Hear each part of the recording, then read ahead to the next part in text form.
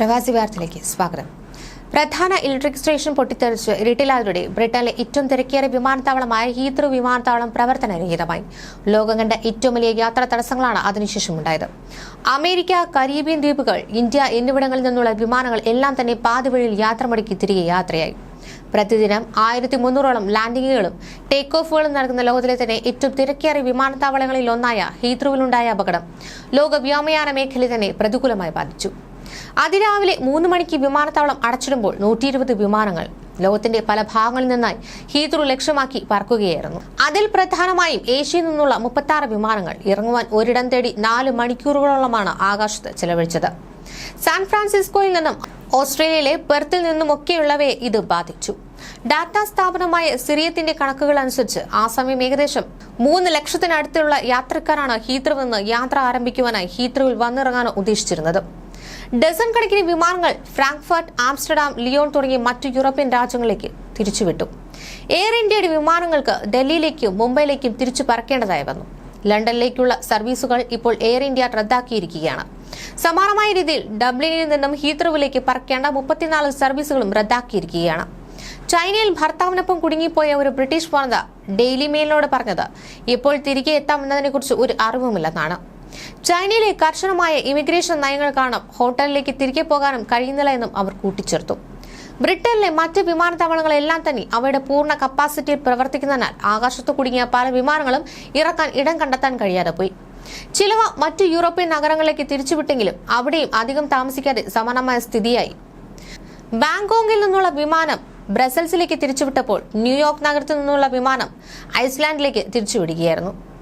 India ഉൾപ്പെടെ പല Asian രാജ്യങ്ങളിൽ നിന്നുള്ള വിമാനങ്ങൾക്ക് അവ യാത്ര പുറപ്പെട്ട ഇടങ്ങളിലേക്ക് തന്നെ തിരിച്ചു പറക്കേണ്ടതായി വന്നു. ബോസ്റ്റണിൽ നിന്നുള്ള വിമാനം കാനഡയിലെ ഗൂസ്ബി വിമാനത്താവളത്തിലേക്ക് തിരിച്ചുവിട്ടപ്പോൾ മറ്റു ചില വിമാനങ്ങൾ അയർലാൻഡ്, മ്യൂണിക്, ഫ്രാങ്ക്ഫർട്ട്, മാഡ്രിഡ് എന്നിവിടങ്ങളിലേക്കും UK തന്നെ മാഞ്ചസ്റ്റർ, കാർഡിഫ് വിമാനത്താവളങ്ങളിലേക്കും തിരിച്ചുവിടുകയായിരുന്നു. എയർ ഇന്ത്യ വിമാനങ്ങൾ ഡൽഹിയിലേക്കും മുംബൈയിലേക്കും തിരിച്ചു പറന്നു. പെർത്തിൽ നിന്നും ഹീത്രൂവിൽ നിന്നുള്ള ഖട്ടാസ് വിമാനം പാരീസിലേക്കായിരുന്നു തിരിച്ചുവിട്ടത്.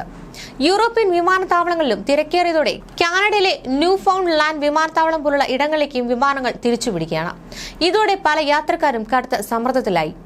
ജപ്പാനിൽ നിന്നും ഹീത്രൂവിലേക്ക് പറക്കുകയായിരുന്ന വിമാനം 13 മണിക്കൂർ ആകാശത്ത് ചെലവഴിച്ചതിനു ശേഷം ഹെൽസിംകിയിലേക്കാണ് ഇറങ്ങിയത്. ലോകമെമ്പാടുമായി ലക്ഷക്കണക്കിന് ആളുകളാണ് അവരുടെ വിമാന കമ്പനികളിൽ നിന്നും ഏറ്റവും പുതിയ വിവരം ലഭിക്കുന്നതിനായി കാത്തിരിക്കുന്നത്.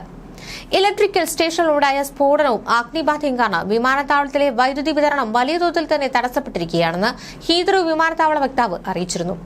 തങ്ങളുടെ ജീവനക്കാർ അത് സാധാരണ രീതിയിലാക്കാൻ കഠിനമായി ശ്രമിക്കുകയാണെന്നും എന്നാൽ എപ്പോൾ വിമാനത്താവളത്തിന്റെ പ്രവർത്തനം സാധാരണ നിലയ്ക്ക് തിരികെ കൊണ്ടുവരാൻ ആകുമെന്നത് പറയാനാകില്ലെന്നും വക്താവ് കൂട്ടിച്ചേർത്തു.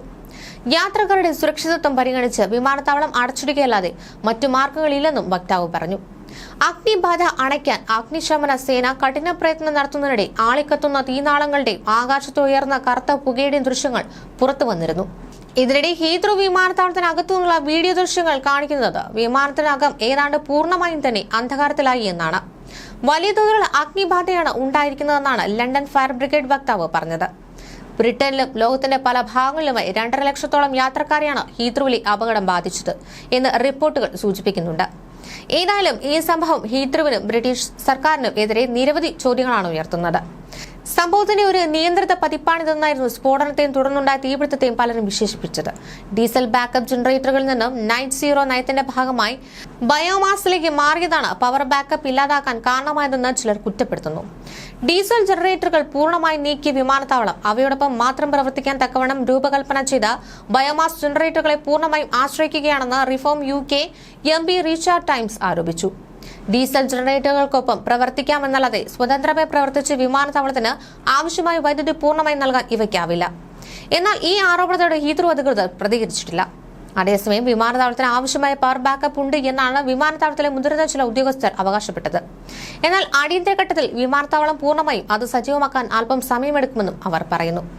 ഹീത്രൂ പോലുള്ള ഒരു വിമാനത്താവളത്തിന് സ്വതന്ത്രമായി നിൽക്കുന്ന ഒരു ഗ്രിഡ് സംവിധാനം അടിയന്തര ഘട്ടങ്ങളിലേക്കായി ഇല്ല എന്നത് അത്ഭുതപ്പെടുത്തുന്നുവെന്നാണ് വ്യോമയാന വിദഗ്ധനായ ജൂലിയൻ ബ്രേ പറഞ്ഞത്.